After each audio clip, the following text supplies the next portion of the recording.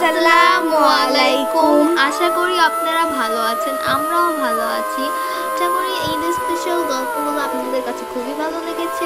এই গল্পটি বলবেন আফসি। আসসালামু আলাইকুম। আমার নাম জান্নাতুল মাওয়া নাফসি। গল্পটি ঘটে আমার এক আপুর সাথে। সে আপুর এসএসসি পরীক্ষার আগের দিন সে আমার মামিকে বলে, আম্মু তুমি আমাকে ডাক দিও 3টার দিকে, আমি নামাজ পড়বো আর সাথে পড়াগুলো পড়ে ফেলবো। মামি বলে ওঠে, তোর এত সকাল ওঠা লাগবো না, যখন পরীক্ষা তার 2 ঘন্টা আগে উঠলেই হবে। আমার আপু বলে আচ্ছা ঠিক আছে তাহলে।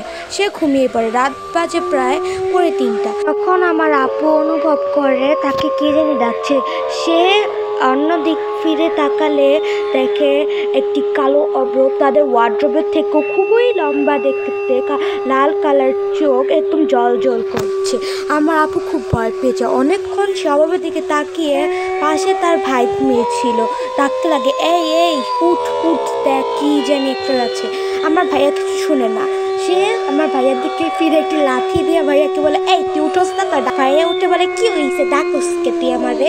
তখন আপু বলে ওঠে, দেখ কি জানি কালো। এই বলে কথাটি বলে আপু যখন তাতা দেখে ওখানে কোনো কিছুই নেই, আপু খুবই ভয় পেয়ে যায়। তারপর আমার ভাইয়াকে নিয়ে যে আমার মামা মামির রুমে যে বলে, আম্মু আম্মু বলে কান্না করে দেয়। আমার মামি ঘুম থেকে উঠে বলে, কি রে কি হয়েছে? আমার আপু সব খুলে বলে। তারপর ওই দিন রাতে আমার আপু আমার মামির সাথেই ঘুমিয়ে পড়ে।